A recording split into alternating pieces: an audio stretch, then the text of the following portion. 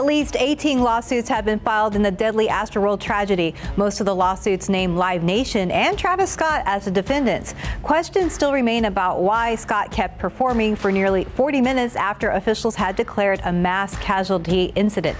Officials say additional lawsuits are likely to be filed.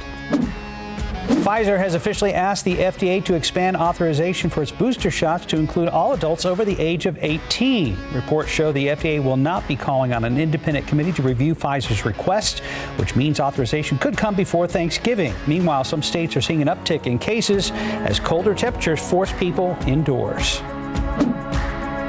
Part of the memorial outside of Pulse nightclub in Florida is in ashes this morning after a man is caught on camera setting pictures and other items on fire.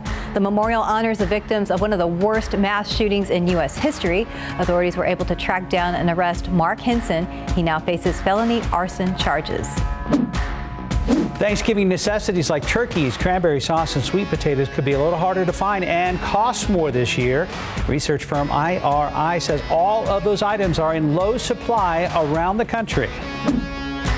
American households owe more debt than ever before, according to the Federal Reserve. They say Americans added over $280 billion to the already $15 trillion debt between July and September of this year. The increase included credit card debt, mortgages, car loans, and student loans. Experts say we may see a glimpse of pre-pandemic holiday travel in the coming weeks. AAA expects more than 53 million people will travel by car for the Thanksgiving holiday, a huge increase from last year. Meanwhile, the national price for gas is about $3.45 a gallon compared to a little over $2 the same time last year. Kmart is set to only have 6 locations in the U.S. by the end of this year. Sears bought the chain out of bankruptcy back in 2005. Most of the soon-to-be closed stores will close just before the holiday shopping season.